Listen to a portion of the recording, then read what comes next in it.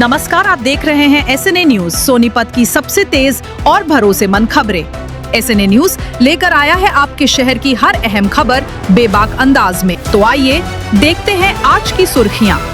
इस बुलेटिन के प्रायोजक हैं ट्रेडिंग गुरुकुल इंस्टीट्यूट सोनीपत। गोहाना में ज्वेलर से 20 लाख रुपए की फिरौती मांगने के मामले में पुलिस ने त्वरित कार्रवाई करते हुए आरोपी को गिरफ्तार कर लिया है।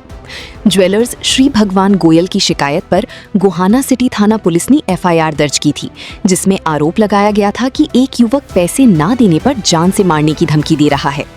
पुलिस ने कार्रवाई करते हुए लखा उर्फ जबरू नामक आरोपी को गिरफ्तार किया है, जो पहले ज्वेलर के संपर्क में रह चुका है और उससे सोने के आभूषण भी बनवा चुका था।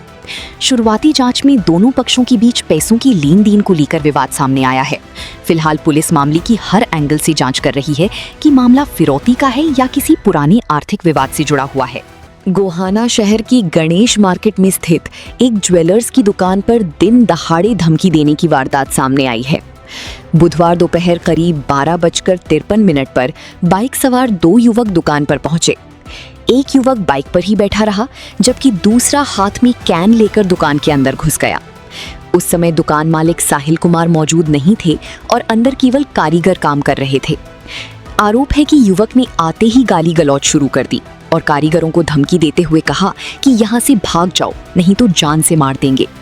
जब एक कारीगर ने उससे सवाल किया तो युवक ने हाथ में पकड़ी कैन दिखाते हुए कहा कि इसमें तेल है और ज्यादा सवाल किए तो जिंदा जला देंगे। इसके बाद दोनों आरोपी मौके से फरार हो गए। दुकानदार साहिल कुमार ने बताया कि उन्होंने करीब 3 महीने पहले ही यूवी ज्वेलर्स के नाम से अपनी नई दुकान शुरू की थी। घटना की सीसीटीवी फुटेज पुलिस को सौंप दी गई है।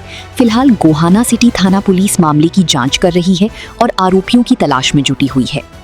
सोनीपत के मूर्थल इलाके में भीगान टोल प्लाजा के पास फुटपाथ पर एक अज्ञात युवक का शव मिलने से सनसनी फैल गई।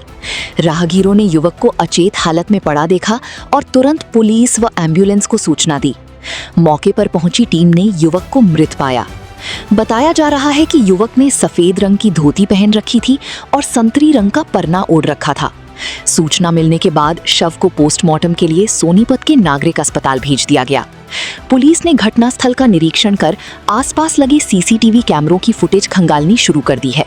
प्रारंभिक जांच में युवक की पहचान नहीं हो पाई है, जबकि उसकी उम्र करीब 51 से 52 वर्ष के बीच बताई जा रही है। फिलहाल पुलिस युवक की पहचान और मौत के कारणों का पता लगाने में जुटी हुई है। एनसीआर में ईसीसी शुल्क और BS4 वाहनों पर लगाए गए प्रतिबंध के विरोध में ट्रांसपोर्टरों की 3 दिवसीय हड़ताल शुरू हो गई है। इसका असर सोनीपत समेत आसपास के जिलों में भी देखने को मिल रहा है, जहां हजारों ट्रकों के पहिए थम गए हैं।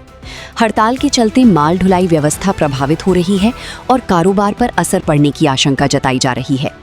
सोनीपत स्थित भाईचारा ट्रक एसोसिएशन ने भी इस आंदोलन को समर्थन दिया है।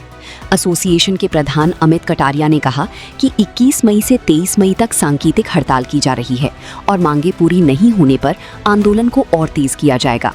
ट्रांसपोर्टरों का कहना है कि BS4 वाहनों पर प्रतिबंध और ECC शुल्क से ट्रक मालिकों और ड्राइवरों पर आर्थिक बोझ बढ़ गया है।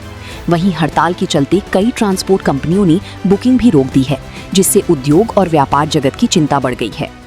सोनीपत जिले में मौसम बदलते ही डेंगू के मामलों में तेजी देखने को मिल रही है। कुंडली क्षेत्र से 2 नए और पुरखास से 1 मामला सामने आने के बाद जिले में डेंगू मरीजों की संख्या बढ़कर 5 हो गई है। हालांकि राहत की बात यह है कि अब तक मलेरिया और चिकनगुनिया का कोई मामला सामने नहीं आया है। स्वास्थ्य विभाग ने बढ़ते मामलों को देखते हुए अलर्ट जारी कर दिया है और 166 टीमों को फील्ड में उतारा गया है। प्रभावित इलाकों में फॉगिंग, लार्वा जांच और घर घर सर्वे अभियान चलाया जा रहा है। स्वास्थ्य विभाग लोगों को जागरूक करते हुए घरों के आसपास पानी जमा न होने देने की अपील कर रहा है। वहीं अस्पतालों में वायरल बुखार और डेंगू के मरीज बढ़ने लगे हैं। डॉक्टरों ने बुखार, बदन दर्द और थकान जैसे लक्षण दिखने पर तुरंत जांच करवाने और बिना सलाह दवा न लेने की अपील की है। सोनीपत पुलिस ने मानवीय संवेदनशीलता का परिचय देते हुए 6 महीने से लापता एक नाबालिग बच्चे को सकुशल ढूंढकर उसके परिजनों से मिलवा दिया। पुलिस आयुक्त ममता सिंह के मार्गदर्शन में थाना बहालगढ़ पुलिस की टीम गश्त के दौरान बहालगढ़ चौक पर एक 14 वर्षीय लड़का लावारिस हालत में घूमता मिला। पूछताछ में पता चला कि वो बहालगढ़ थाना क्षेत्र के एक गांव का रहने वाला है और पिछले करीब 6 महीनों से घर से लापता था। पुलिस जांच में सामने आया कि नाबालिग अपने माता पिता का इकलौता बेटा है, जबकि उसकी मां का निधन हो चुका है और पिता बुजुर्ग हैं। बच्चे के मिलने की सूचना मिलते ही परिवार में खुशी का माहौल बन गया। बाद में पुलिस ने बच्चे को सकुशल उसके चचेरे भाई के हवाले कर दिया। परिजनों ने बच्चे को सुरक्षित वापस मिलाने पर सोनीपत पुलिस का आभार जताया।